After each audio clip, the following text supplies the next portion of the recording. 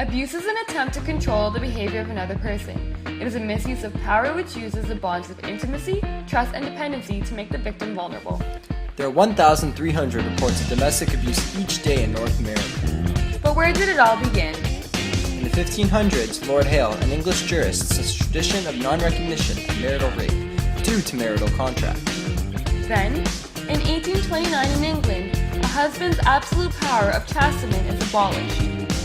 In 1929, 5 Alberta women fought and won a legal and political battle to have women recognized as persons under the BNA Act. Later on, in 1940, Quebec became the final province to agree to giving women the right to vote in Canada.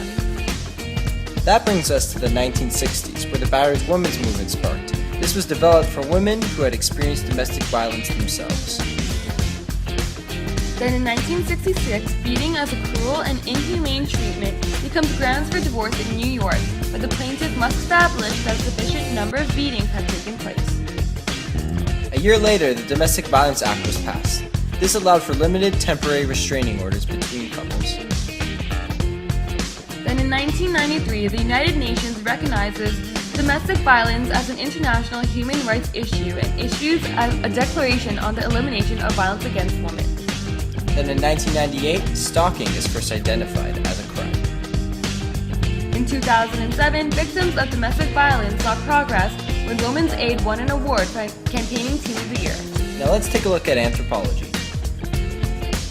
Emile Durkheim says in Functionalism that culture is a set of deal with universal problems that human societies face. Throughout history, men have always played the superior gender role. And women the inferior gender role. So in general, most abusers are male. Here's a fact. 9 out of 10 men say that they are the superior in their relationships. Functionalists believe that we all face issues that meet our psychological needs. Throughout history, abuse has been a symbol of pride and represented masculinity in a relationship. So it was normal for a man to beat his spouse. Willem once says that the mind functions on binary opposites, meaning that we always see things on an opposite perspective. Throughout history, the image of men has been portrayed as aggressive and dominant, while the image of women has been portrayed as innocent and helpless. Now let's take a look at sociology. Feminist theory and Rebecca Walker suggest that domestic violence emphasizes gender and power inequality in opposite-sex relationships. It sees the root cause of domestic violence as the outcome of a society that condones aggressive behaviors perpetuated by men while socializing women to be non-violent. Let's take a look at psychology now. Psychoanalysis and Sigmund Freud ask, men are most often the abuser rather than the abused in a domestic violence case. But why? Sexual inadequacy is the leading cause of domestic abuse. If a man is unable to pleasure his wife, or if his wife is seeking pleasure from another source, the sexual inadequacy he feels can drive him to rage and violence. In Maslow's hierarchy of needs, when one partner's esteemed needs aren't being fulfilled, they resort to violence or abuse. Did you know that?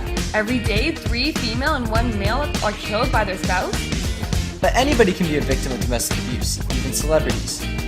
Christian and Ryan Hayden Slater had a rocky relationship that ended in 2003 following an incident at the Hard Rock in Las Vegas. Ryan threw a glass at Christian, slicing his neck, causing him to get 20 stitches in her and arrest for domestic battery.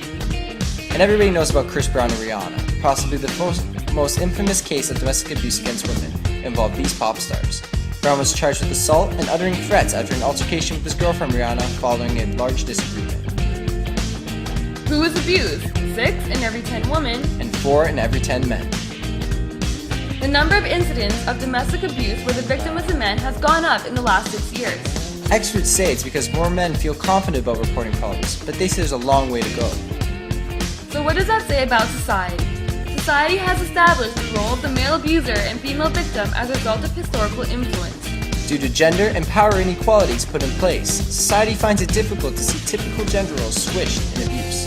Feelings of inadequacy in a relationship and an inability to fulfill one's needs often triggers violent behavior.